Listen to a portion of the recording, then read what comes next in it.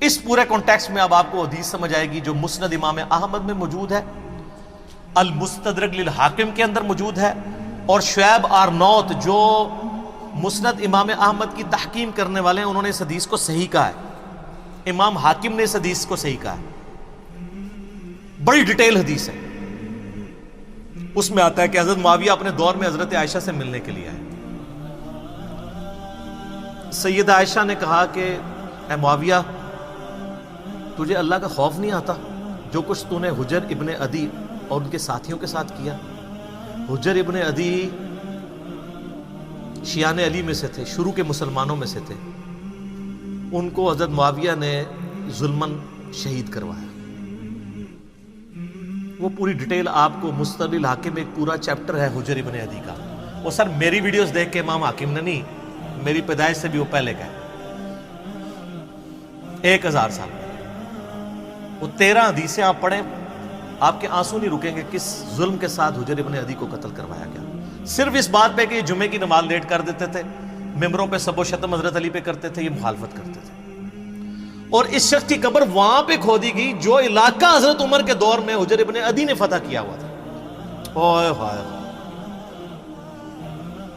اور آخری وقت میں کہا گیا کہ بچت کی ایک صورت ہے کہ حضرت علی پہ لعنت کر دو، چھوڑ دیں گے۔ ان کا پوری زندگی علی سے عشق کیا، اب موت کو دیکھ کے تو میں حضرت علی کے اوپر سب و شتم کر دوں؟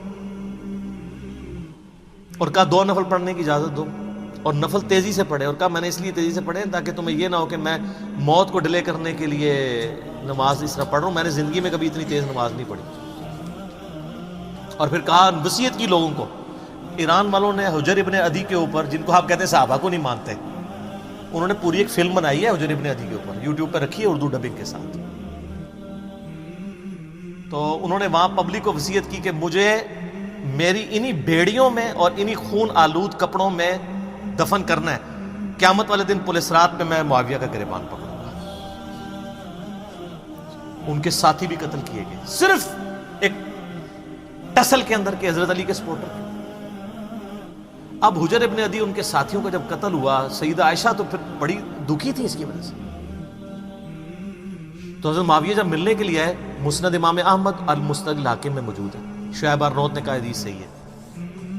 کہا معاویہ، تجھے کوئی خوف نہیں آیا تو نے حجر ابن عدی اور ان کے ساتھیوں کے ساتھ جو کچھ کیا؟ اور تجھے ڈر نہیں لگتا کہ میں ایک بندہ مقرر کروں جو چھپ کے تیرے اوپر وار کرے اور تجھے قتل کر دے؟ یعنی حضرت عائشہ کا غصہ کس لیول کا تھا کہ میں گھریلا وار کروا کے تجھے مروا نہ دوں۔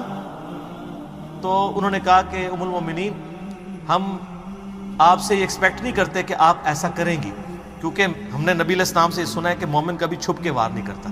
لوگوں کو حدیثیں سنانی، کس کو؟ اما عائشہ کو۔ اور پھر کہا کہ اما یہ بتائیں، آپ کا جو میں نے خرچہ پانی لگایا ہوا ہے اس معاملے میں تو کوئی، اور وہ انہوں نے نہیں لگایا ہوا تھا، وہ تو آپ کو مال غنیمت میں سے مسلمانوں کو وظیفہ ملتا تھا، حضرت عمر کے دور کا شروع ہوا تھا، اس میں تو کوئی آپ کو شکایت نہیں ہے۔ تو انہوں نے کہا مجھے اس معاملے میں کوئی شکایت نہیں، یہ شکایت تھی جو میں نے تمہیں کی ہے۔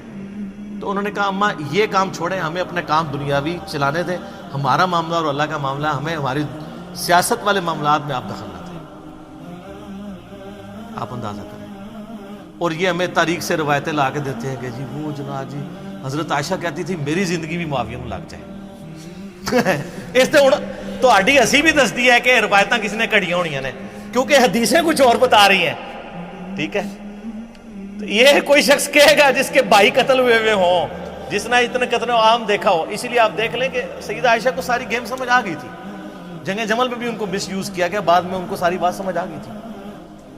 تو یہ وہ کہانیاں بنا بنا کے بتاتے ہیں۔